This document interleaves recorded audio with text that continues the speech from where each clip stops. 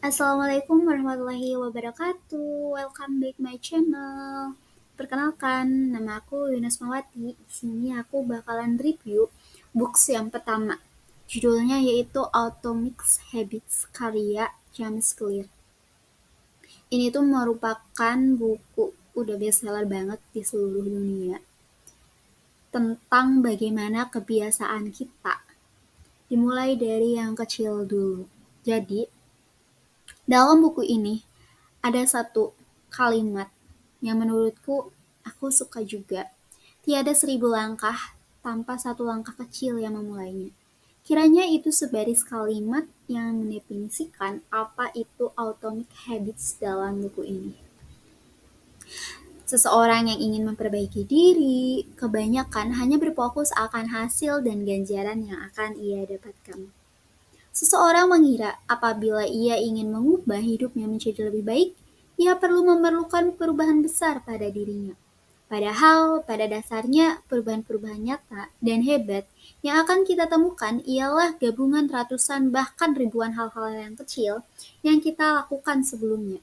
Dalam buku ini, James Clear menegaskan bahwa perubahan hal-hal kecil yang dianggap remeh atau bahkan tidak kita hiraukan justru merupakan salah satu faktor yang berperan besar dan akan tumbuh menjadi hal-hal luar biasa dalam hidup kita. Nah, membuat perbedaan ke arah lebih baik 1% saja sehari. Seperti contoh, memulai hari dengan meminum air putih, rutin menimbang berat badan, merapikan kamar setelah bangun tidur, dan proses kecil lainnya. Tetapi, proses 1% itu akan menentukan siapa kita sekarang dan siapa kita nanti apabila kita mempraktikannya terus-menerus. Nah, ada satu kutipan nih. Permasalahannya, pemenang dan pecundang memiliki tujuan yang sama. Jadi, kutipan tadi itu merupakan salah satu kutipan yang tertera di dalam buku ini. Dan cukup menyadarkan saya bahwa, ya, betul, pemenang dan pecundang memiliki tujuan yang sama. James Clear menjelaskan bahwa yang membedakan antara winners and losers ialah sistem yang mereka ambil. Seorang pemenang, ia akan terbiasa bersemangat dalam mengerjakan hal yang sama berulang-ulang, memperbaiki diri sedikit demi sedikit dengan konsisten. Ia juga harus jatuh cinta akan kebosanan, berbeda dengan pecundang. Ia hanya akan bergairah ketika mendapatkan hasrat, lalu bosan ketika hasrat menurun, dan pada akhirnya ia hanya akan mencari alasan untuk melewatkannya. Pada buku ini, Clear membagi bagaimana cara menciptakan kebiasaan baik dan bagaimana mempertahankannya menjadi 4 besar, yakni yang pertama, menjadikannya terlihat. Nah, pada kaidah yang ini, menjadi terlihat ialah dengan menghubungkan sebuah kebiasaan baik dengan sebuah petunjuk.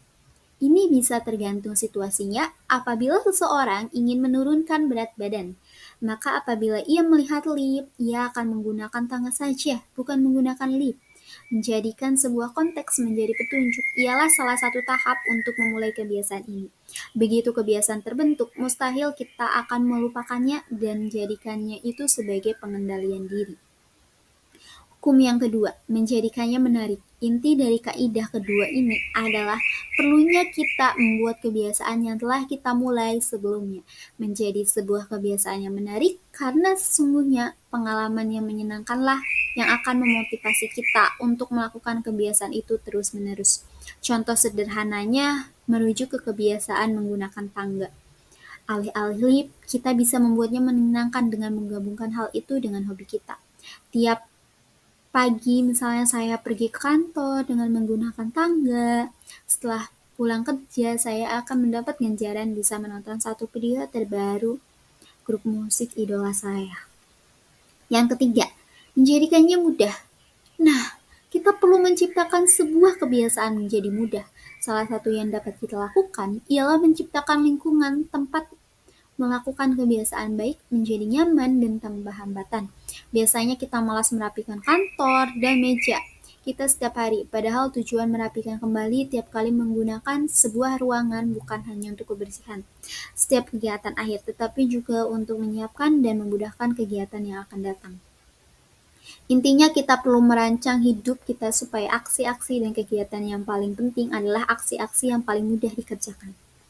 Yang terakhir nih, yang keempat, yaitu menjadikannya memuaskan. Jadi, sebuah proses akan terlihat memuaskan apabila kita memiliki perasaan bahwa kita mengalami kemajuan. Nah, dengan ini, kita perlu membuat pemantauan akan kebiasaan dan proses kita. Ini bisa ditandai mulai dari penandaan pada kalender atau mencatat perkembangan latihan kita. Pemantauan kebiasaan ini memberikan kepuasan kepada kita karena menyediakan bukti tentang kemajuan kita. Nah, dengan 4 kaidah yang tadi sudah aku jelaskan, James Clear memberikan banyak sekali contoh dan perumpamaan dalam buku ini yang mudah kita pahami sambil menjelaskan mengenai tahapan memperbaiki kebiasaan hidup, mengajarkan kepada pembaca bahwa meraih hal luar biasa tidak harus bergantung pada hasrat dan ganjaran, tetapi sistem. Clear juga menegaskan bahwa kerugian dalam membiasakan kebiasaan baik ada di masa sekarang, sedangkan kerugian kebiasaan buruk akan ada di masa mendatang. Oke, segitu review dari aku. Jangan lupa like, subscribe channelku, dan komen ya agar aku semangat untuk membuat kontennya. See you. Terima kasih.